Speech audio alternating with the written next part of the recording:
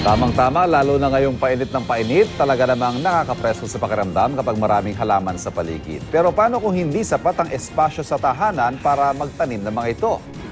Narito po ang solusyon dyan. Gusto ba magtanim pero limited ang space at lupa sa inyong lugar? Ang solusyon dyan, urban gardening gamit ang paso o maliliit na container. May mga gulay na pwede nating itanim sa mga paso. Kung wala naman tayong paso, pwede naman tayong maglikha ng sarili nating container tulad ng mga magazine pots, 1.5 liters, na pwede natin pagtanim ng ating mga gulay tulad ng mga leafy vegetables po. Para makagawa ng magazine pots, kailangan mo lang ng magazine pages at pinutol na PVC bilang hulmahan. I-roll lang ang 2 magazine pages sa PVC. Itupi ang magazine sa kabilang dulo ng PVC. Saka siksikin ang papel para humulmang container. Samantala, ang mga patapon ng galon at iba pang liquid container, swak ring pagtamnan. Kung ready na ang empty containers, pwede nang simulang mag-gardening in the city.